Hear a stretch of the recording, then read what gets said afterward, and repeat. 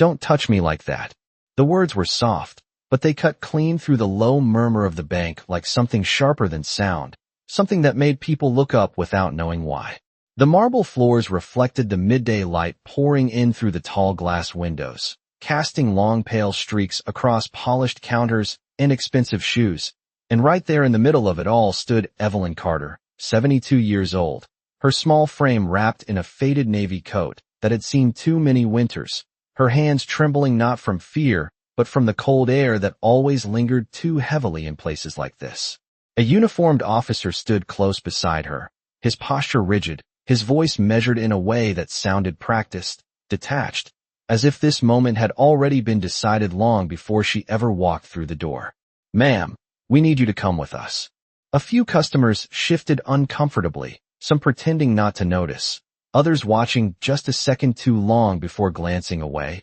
their reflections flickering in the glass like silent witnesses unwilling to speak. Evelyn's fingers tightened around the worn leather strap of her purse, the edges softened from years of use. And for a brief moment her eyes moved across the room, not searching for help, but grounding herself, taking in the quiet hum of printers, the distant clicking of heels, the faint scent of polished wood and money that seemed to settle into the walls. "There must be some mistake," she said, her voice steady despite the weight pressing in around her, and yet the words seemed to disappear before they could land anywhere meaningful. The officer's partner stood a few feet back, hand resting near his belt, gaze scanning the room, as if expecting resistance that would never come. Behind the counter, a bank manager whispered urgently into a phone, her expression tight, controlled, but unmistakably uneasy. The room didn't erupt, didn't protest, didn't even truly react. It just shifted, like air pressure changing before a storm,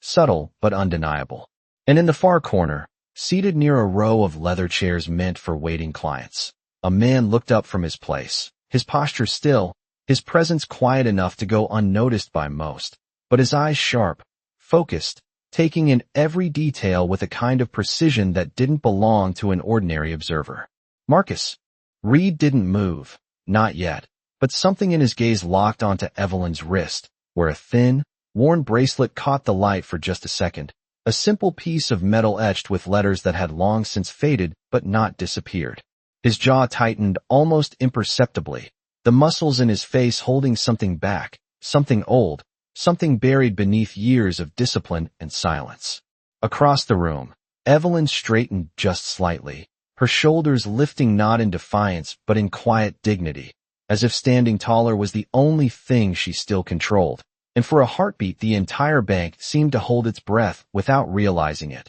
suspended in a moment that hadn't yet broken, hadn't yet revealed what it would become. The officer's hand hovered just inches from Evelyn's elbow, not forceful, not urgent, but close enough to make the space around her feel smaller than it was, like the wide-open bank had quietly folded in on itself without anyone noticing. And she felt it not as fear, but as a kind of pressure, the kind that settles into your chest when you realize no one in the room is going to interrupt what is happening. Evelyn drew in a slow breath, the air cool against the back of her throat, and adjusted her grip on her purse, as if grounding herself in something familiar, something that still belonged to her in a place where everything else suddenly felt borrowed. "I came to withdraw my funds," she said again, her tone careful, deliberate, each word placed with the same patience she once used in a classroom, and for a brief second it almost sounded like reason might still exist here, like logic could still reach someone if she held on to it long enough.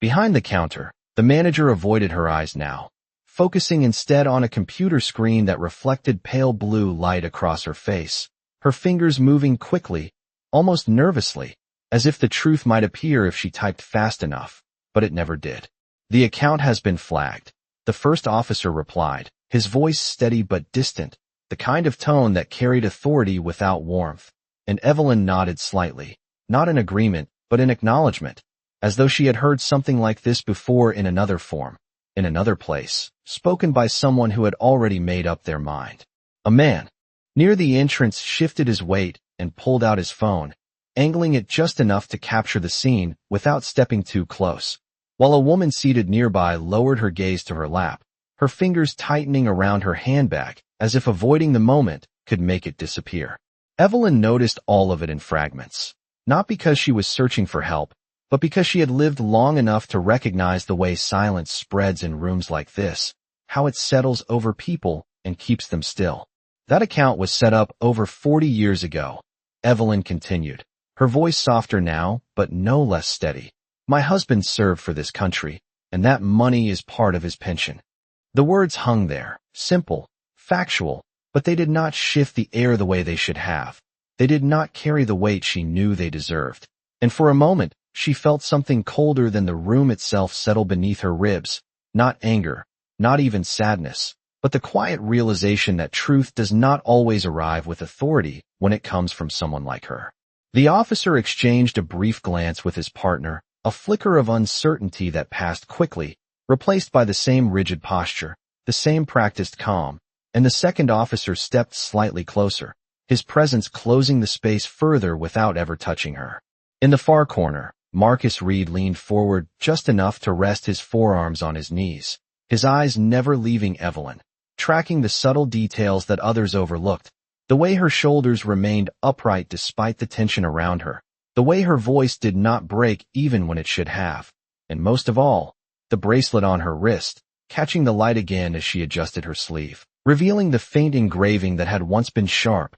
now softened by time, but still unmistakable to him. A memory pressed forward, uninvited but impossible to ignore, the heat of desert air, the sound of distant radio chatter, the weight of a moment that had changed everything. And Marcus exhaled slowly, holding himself still, holding back the instinct to stand, to speak, to step into something that had not yet fully revealed itself. Back at the center of the room, Evelyn's gaze lifted briefly, not toward the officers but toward the tall windows where sunlight filtered through, in quiet beams, and for a second her expression softened, as if she were remembering something far away from here, something warmer, something that did not question her right to stand where she stood. Then the moment passed, and the room returned, heavy and watchful, waiting for something to break the silence that had settled over it like a final decision already made. Officer Daniel Hayes shifted his stance slightly, the polished floor reflecting the sharp lines of his uniform as he straightened his shoulders,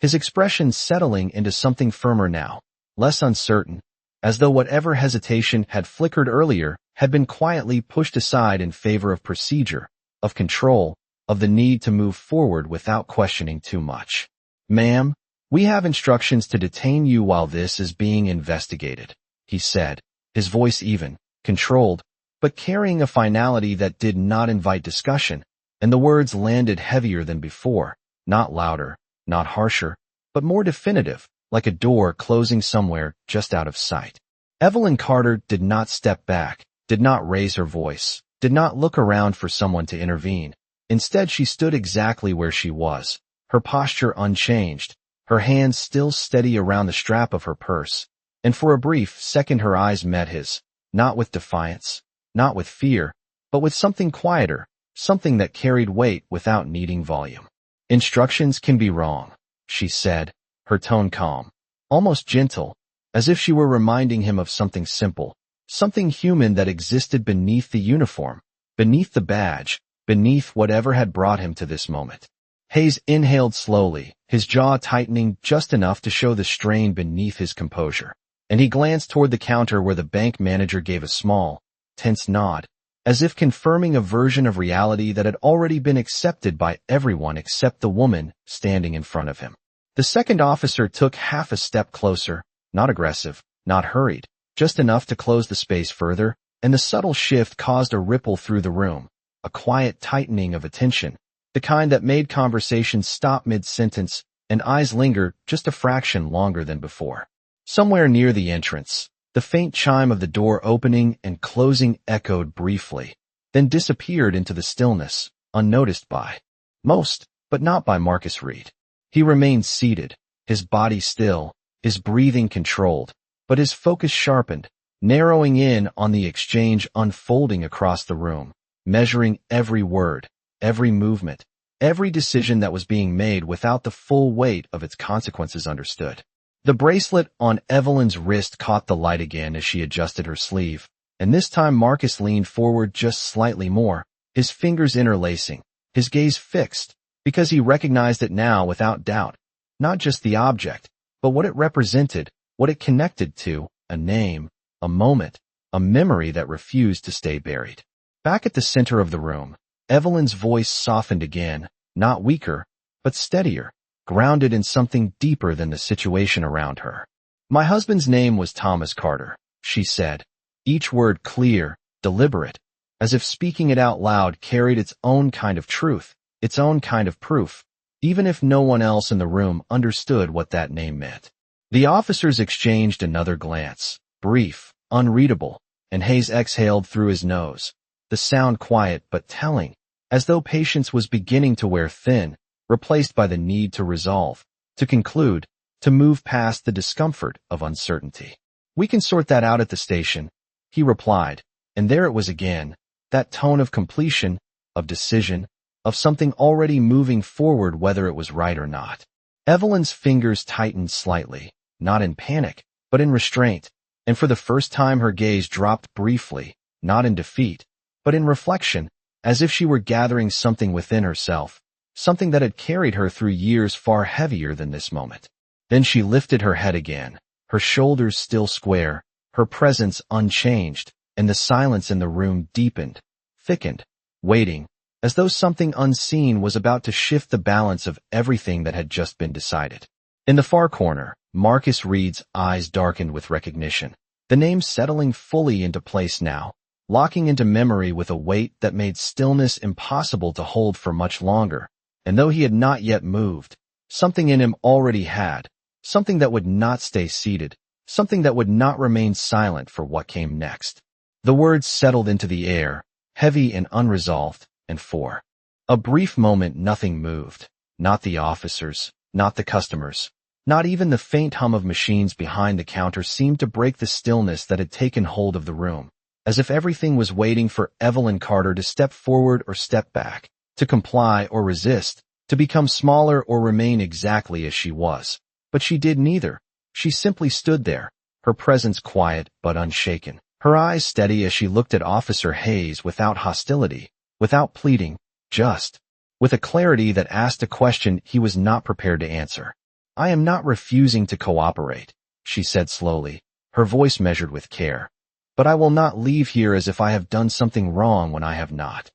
The sentence was simple, but it did not fit neatly into the moment. It did not match the rhythm of procedure or the expectation of compliance, and that alone made it heavier than anything else she had said so far. Hayes shifted his weight again, the faint creak of his belt barely audible, his gaze tightening as he processed her words, not dismissing them entirely, but not allowing them to interrupt the path he had already chosen. "Ma'am, this is not the place to debate that," he replied, and though his tone remained controlled, there was a slight edge now, something firmer, something that pushed the situation forward whether it was ready or not. The second officer reached toward a pair of standard-issue cuffs at his side, not in a sudden motion, not with urgency, but with the slow, deliberate intention of someone following steps that had been repeated many times before, and that small movement shifted the energy in the room again, subtle but unmistakable, like a line being drawn that could not easily be erased. Evelyn noticed it, of course she did, her gaze lowering briefly to the motion before lifting again, and for the first time there was a pause in her breathing, not panic, not fear, just a moment of stillness as she absorbed what was about to happen, what they believed was necessary, what they believed she would accept without question. "You do not need those," she said quietly, not as a command, not as a protest, but as a statement of fact, and the simplicity of it hung in the air longer than expected, longer than it should have. Around them, the room tightened again, a man near the entrance lowering his phone slightly, as if uncertain whether to continue recording, a woman near the chairs shifting in her seat, her fingers pressing into the leather as she watched, caught between discomfort and silence. Behind the counter, the manager finally looked up again, her expression conflicted now, no longer hidden behind the safety of her screen, but still unwilling to step into the space where something real might be required of her. In the far corner, Marcus Reed exhaled slowly, his control measured, practiced, but no longer untouched, because the moment had crossed a line for him as well, something internal, something personal that he could not ignore any longer, Not after the name. Not after the bracelet. Not after the recognition that had settled into his chest like something undeniable. His fingers loosened slightly, then tightened again. The decision forming not in a rush, not in anger, but in a quiet certainty that had nothing to do with the room and everything to do with something that had happened years before, somewhere far from polished marble and quiet voices. Back in the center, the second officer's hand paused just above the cuffs, as if even he felt the weight of the moment, the subtle resistance in the air, the way Evelyn Carter stood not as someone defying authority, but as someone who simply refused to surrender her dignity to it. Hayes inhaled again, preparing to speak, to finalize what had already begun, but before the words could leave his mouth, the silence shifted, not broken yet, but altered, as if something unseen had stepped closer, something that would not remain in the background any longer, something that had been watching, waiting, and had finally decided that this moment required more than silence. The hesitation lingered just long enough to be noticed, not long enough to change anything, but enough to leave a mark on the moment, a quiet fracture in the certainty that had filled the room only seconds before, and then it moved forward again, slow, controlled, inevitable, as the second officer finally lowered his hand and took hold of Evelyn Carter's wrist, not roughly, not with force, but with the firm, impersonal grip of someone completing a task that no longer felt optional. The faint metallic sound of the cuffs opening cut through the silence like a small, precise signal, and several people in the room shifted at once, some turning away, others watching more closely now, drawn in by the finality of it, by the visible confirmation that this was no longer a misunderstanding waiting to be corrected, but a decision already in motion. Evelyn did not pull away, did not resist, her fingers relaxing slightly around the strap of her purse as she allowed her arm to be guided, her posture still upright, her shoulders still steady, but something deeper settled into her expression now, not defeat, not even resignation, but a quiet endurance, the kind that had been built over years of standing through moments that asked more of her than they ever should have. "This is not necessary," she said again, softer this time, almost to herself, and the words did not travel far. They did not reach the edges of the room, but they stayed close, close enough to be heard by the men standing in front of her, close enough to exist even if they were not acknowledged. Officer Hayes looked at her briefly, his gaze flickering with something that might have been doubt, might have been discomfort, but it passed quickly,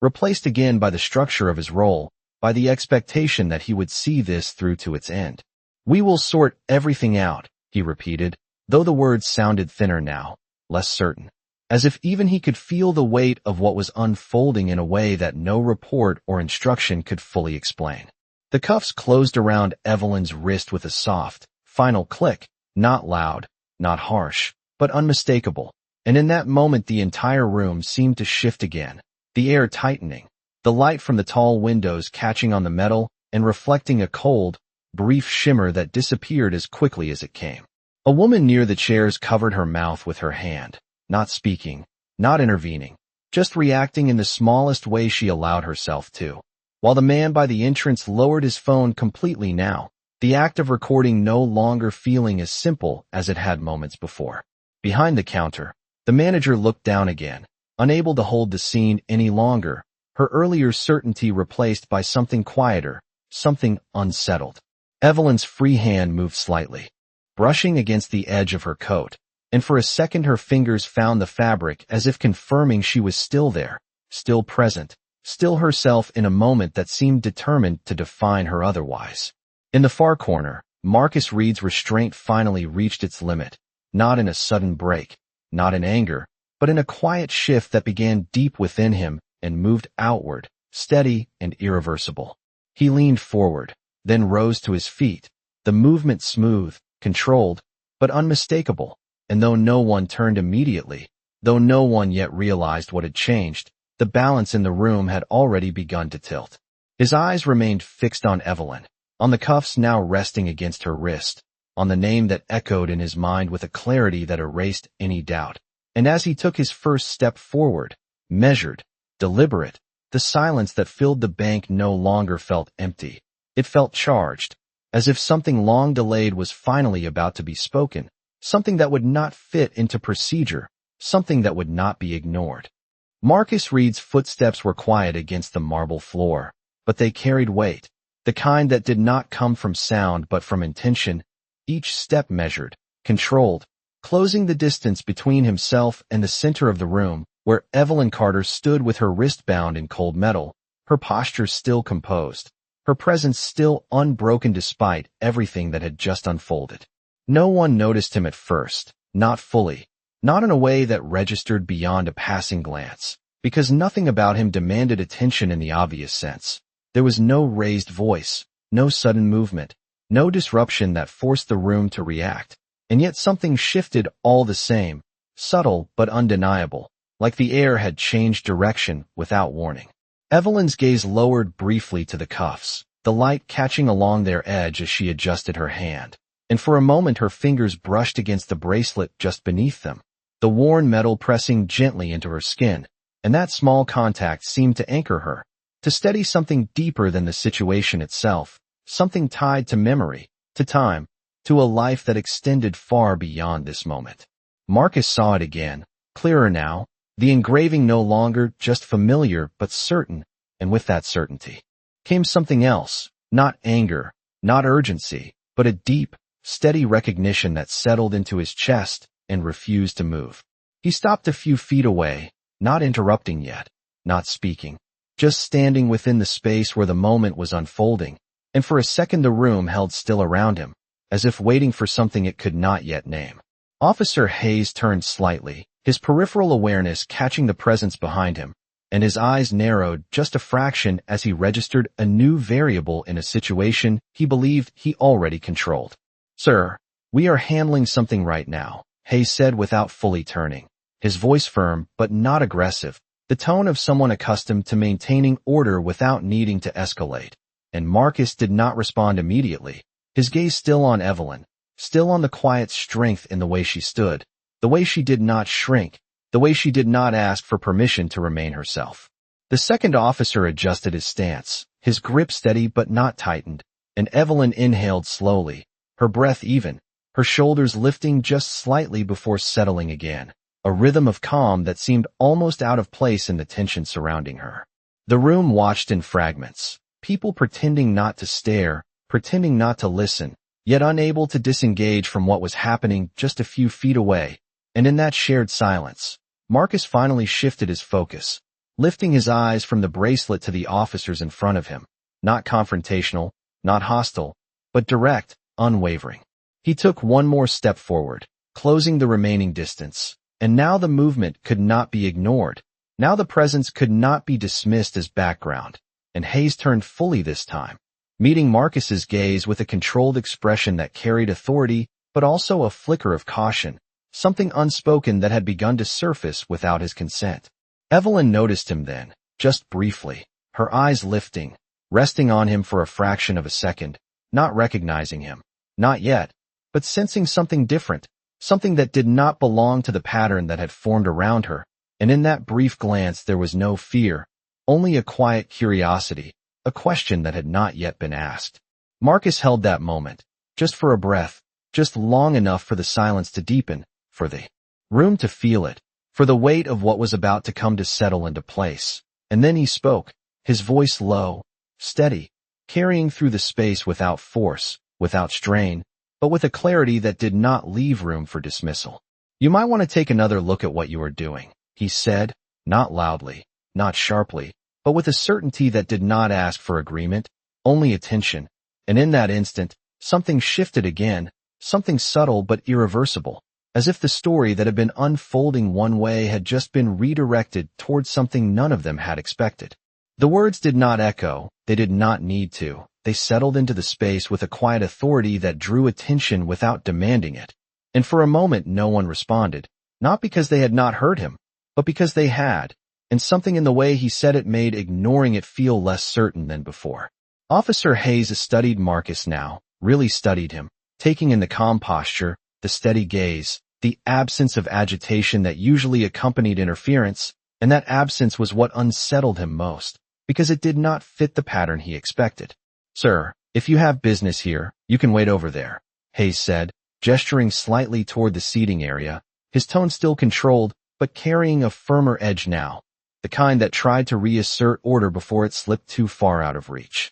Marcus did not move, did not raise his voice, did not shift into confrontation. He simply stood where he was, his presence grounded, his attention unwavering, and for a brief second, he let the silence stretch just enough to make the next words land exactly where they needed to. Her name is Evelyn Carter, he said, his voice even, measured, but carrying something deeper now, something personal that did not belong to procedure or protocol, and Evelyn's eyes lifted again at the sound of her name spoken differently, not as a label, not as part of a report, but as something that carried recognition. Hayes's expression tightened slightly, a flicker of confusion passing through before settling back into guarded control. "We are aware of who she is," he replied, though the certainty in his voice had thinned just enough to be noticed. Marcus held his gaze, not challenging, not pressing, just steady, and then he continued, each word deliberate, each one placed with care. Her husband was Master Sergeant Thomas Carter. The name landed differently this time, not floating in the air, but striking something beneath it, something that shifted the weight of the moment in a way that could not be easily dismissed. The second officer glanced at Hayes, uncertainty surfacing again, not spoken, but visible in the slight change in his posture, the way his grip loosened just a fraction without realizing it. Marcus took one step closer, closing the last of the distance, and though his movement was calm, controlled, it carried a finality that made the room hold its breath again. He pulled 3 men out of a convoy under fire, Marcus continued, his voice still level, still restrained, but now carrying the quiet gravity of memory. And one of those men is standing right here. The silence that followed was different from before, not just heavy but full, charged with something that had not existed in the room until this moment, something that reached beyond the polished counters and quiet observers, and into a place none of them could see, but all of them could feel. Evelyn's fingers stilled against her purse, her breath catching just slightly as the words settled into her, not fully understood yet, not completely processed, but recognized in a way that stirred something deep and familiar. Hayes blinked once, the structure of his authority shifting under the weight of information he had not been given, had not considered, and for the first time since this began, he did not speak immediately. He did not move forward. He simply stood there, recalculating, reassessing, trying to fit this new reality into the one he had already committed to. Around them, the room had gone completely still, no phones raised, no whispers carried, just the quiet presence of witnesses who now understood that what they were seeing was no longer simple,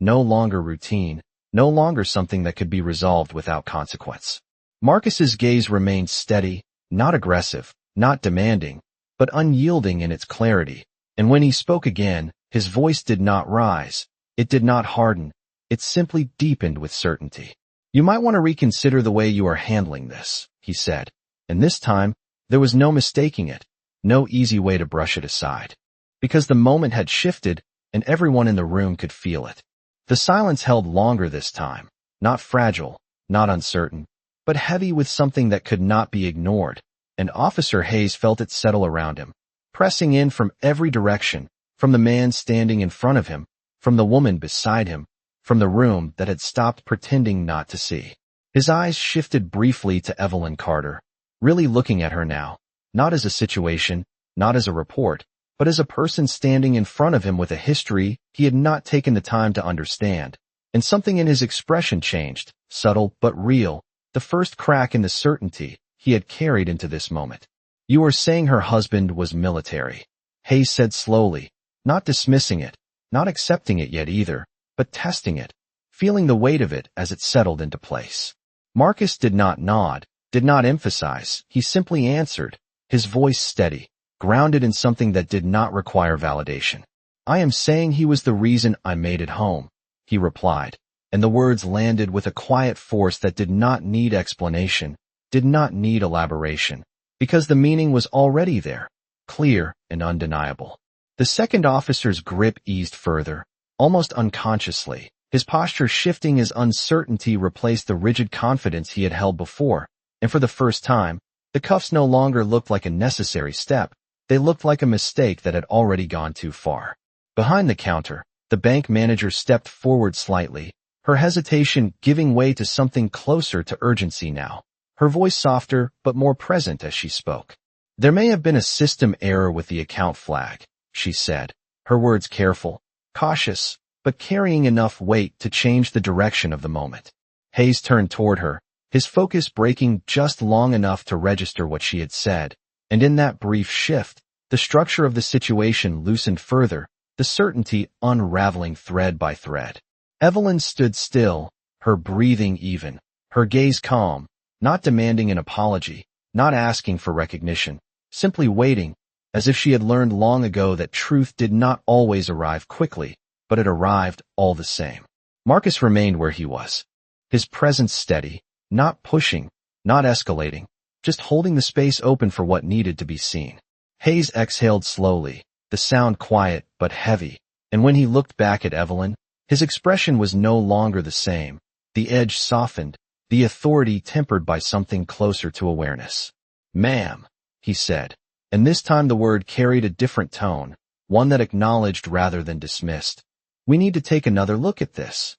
The second officer hesitated for only a second before reaching toward the cuffs, his movement slower now, more deliberate, as if recognizing the weight of what he was undoing, and when the metal released with a soft click, the sound echoed differently than before, not as an ending, but as a correction. Evelyn's wrist lowered gently, the faint mark of pressure fading beneath the light, and she did not pull away, did not step back. She simply remained where she was, her hand resting lightly against her coat, her fingers brushing once more against the bracelet that had carried so much more than anyone in the room had realized. Around them, the tension shifted, not disappearing entirely, but transforming into something quieter, something reflective, as the room adjusted to a reality that had changed in front of them. Hayes straightened slightly, his posture no longer rigid but grounded, and though he did not immediately speak again, the weight of what had almost happened was present in the space between them,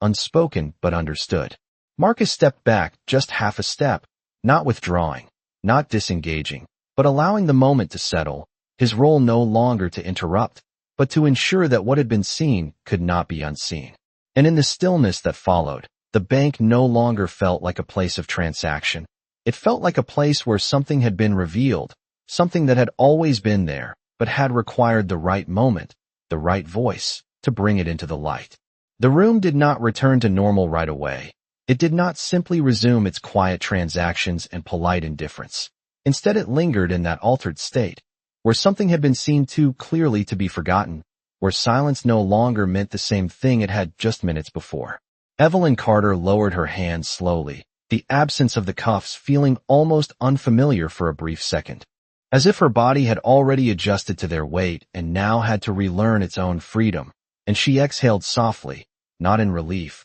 but in something deeper, something steadier, like a quiet confirmation that she had endured yet another moment that asked her to prove what should have never been questioned. Officer Hayes stood in front of her, no longer rigid, no longer certain, his posture carrying a weight that had not been there before, and when he finally spoke, his voice had changed, not dramatically, not performatively, but enough to be real. "Mrs. Carter," he said, and the name settled differently now, spoken with care rather than assumption. "There has been a misunderstanding."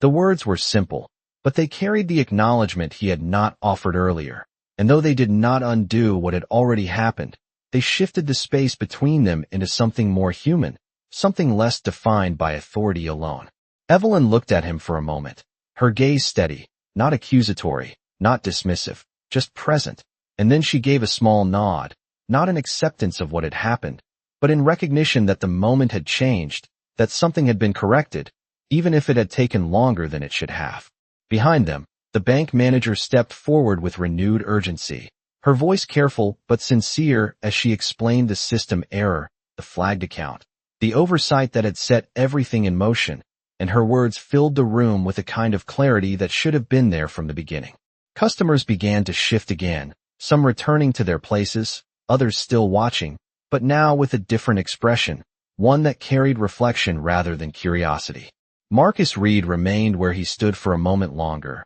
His presence no longer needed to hold the tension in place. And as Evelyn's eyes found his again, something passed between them, not recognition in the usual sense, Not yet. But something quieter, something rooted in shared understanding, in the unseen threads that had connected this moment long before either of them realized it. He gave a slight nod, almost imperceptible, and she returned it with the same quiet acknowledgement. No words exchanged, none needed. The sunlight shifted through the tall windows, casting a softer glow across the marble floor, and the reflection of that light moved gently across Evelyn's wrist, catching once more on the bracelet that had carried a story no one had asked about until now. She adjusted her coat, smoothing the fabric with calm, deliberate hands. And when she stepped forward toward the counter again, it was not as someone diminished, not as someone corrected, but as someone who had remained exactly who she was through every second of what had just happened. Hayes stepped aside without hesitation, creating space rather than controlling it, and the difference in that single movement did not go unnoticed. Marcus turned then, his steps quiet once more as he moved back toward the exit, not seeking recognition, not waiting for thanks, simply leaving the moment as he had entered it, with purpose and without display. And as the door opened and closed behind him, the faint chime echoing softly through the room, the silence that followed was no longer heavy. It was clear, steady, filled with the quiet presence of something that did not need to be spoken to be understood, the kind of silence that carries the sound of justice finally settling into place.